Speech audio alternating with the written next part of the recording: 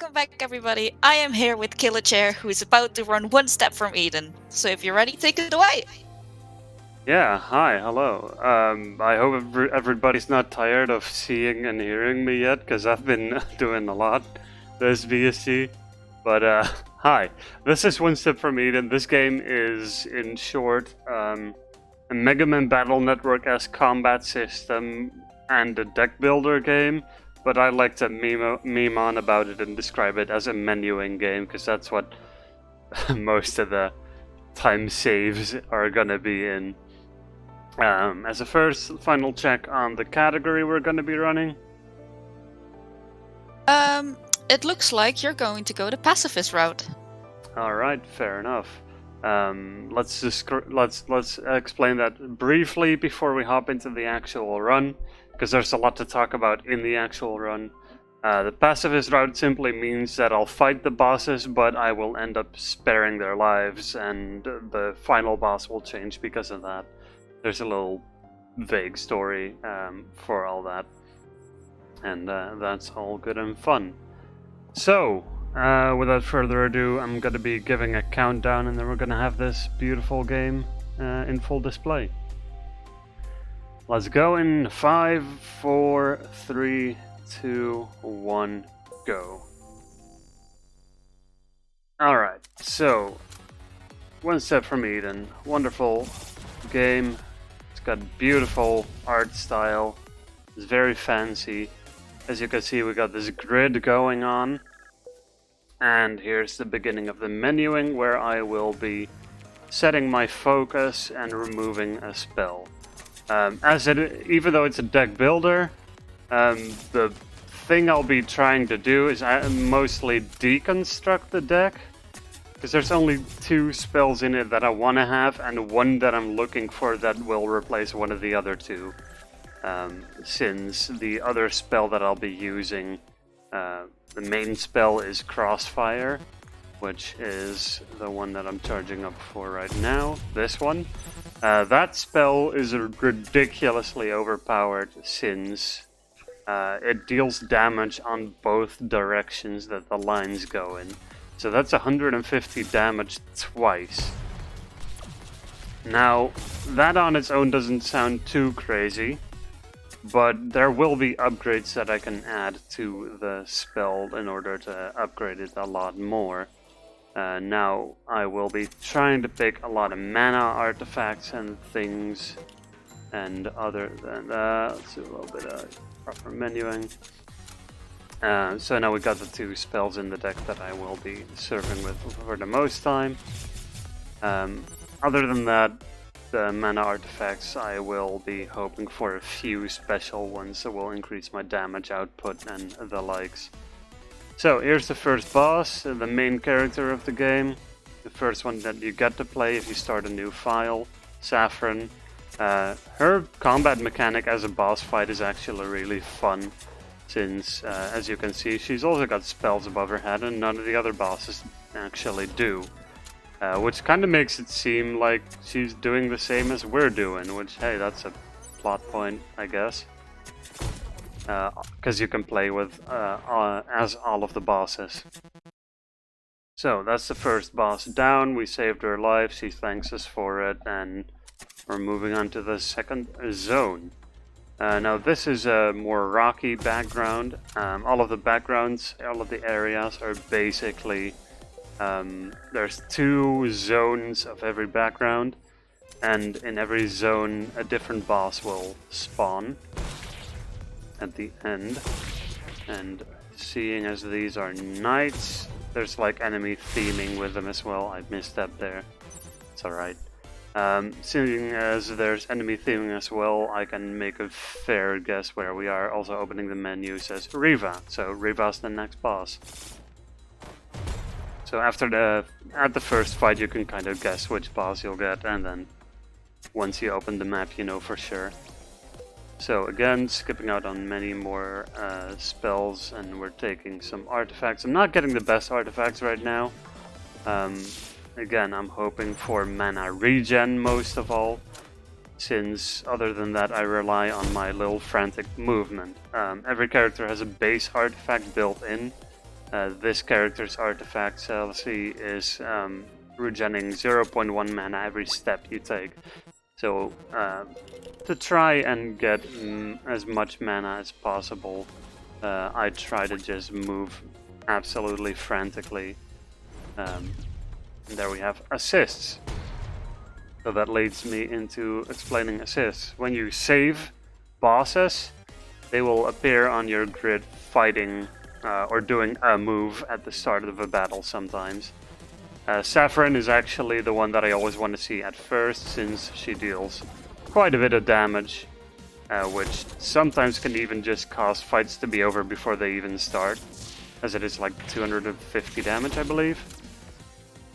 So Saffron first is perfect, Riva second is what I tend to hope for, but you don't really have it in hand all that much. Don't worry about my health, by the way. I tend to take damage boosts where necessary, as long as we're a little bit in the safe zone. And so now I got the bosses that I want to kill early over with. We're now going to be crossing it off in an order that I hope to be the more safe order. Alright. This one, please. So you see that grid there? That is the map grid thing, sort of a map kind of deal. There's pathways that I try to look for most of all the shops, as the shops have like an assortment of spells and artifacts, and being able to look for the right ones are just wonderful. The upgrade I got on Crossfire earlier when I upgraded it is Double Fire, which simply gives it exactly what you would expect with a name like that. It triggers the spell twice. So you've got your beautiful 150 times 2 damage twice, which is a lot of damage. I'm trying to go for more upgrades on that spell from the upgraders that I can buy in the shop. So we're gonna see what I can get right now. Upgrading a second time costs 2, chance to hit twice. That's also very good. So now we have the spell triggering twice, and then there's a chance of every direction and every tick that it does to trigger an additional time, which is very good. The other one that I try to look for is something called Fragile. And Fragile is basically something that enables, let's just say, critical hits. It deals ×2 damage. Now you saw his health bar absolutely disappear because the chance to hit twice triggered quite a lot there right in a row. Love to see it. Some fights really are over before they even start. It's fantastic. Now, some people might be wondering, hey, with all these characters that you can play, why'd you pick Celicy? Why this one specifically? Well, for a very good reason. On all of the other characters, I find Celicy to be the most difficult boss fight out of all of them. So I thought to myself, hey, what's the best way of eliminating a difficult fight from the game? By picking the category, by picking the character that makes you not have to fight that fight. It's some real big brain moves. Also, her playstyle is really fun, with the dashing onto the enemy and then unleashing absolute hell with the double cast crossfires, provided you get double cast on your upgrades. So a lot of things in this game are random, so there's a lot of things that I have to sort of try to look for, try to account for. The fights, I have no idea what's coming next, apart from a little bit of info on boss fights, and there's just so much that can and will go wrong, which is kind of fun, but also it ruins so many runs when things just randomized all over the place, and well, some of your runs you just do not get any good upgrades on your spells. The spell that I'm looking for, I still haven't found right now, Echo, might not even drop. So that's all well and wonderful. So the reason why I look for that Echo spell is because it duplicates the last spell cast. And with that crossfire being ridiculously overpowered, duplicating that would just cause absolute mayhem, which is great.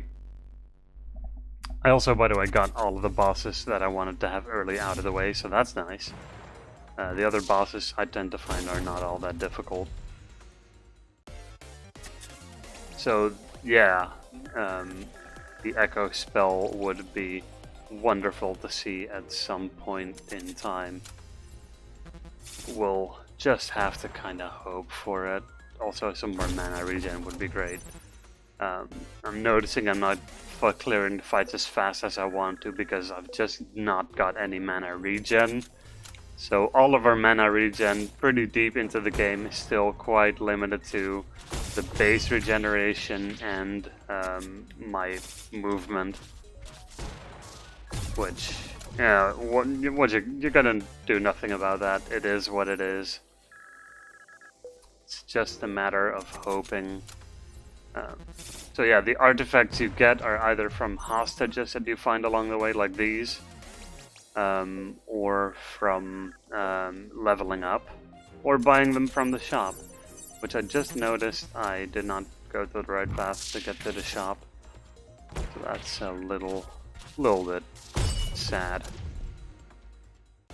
But no problem, or at least not too much of a problem. We're just gonna have to try and find the shop in the next zone for a lot more upgrades.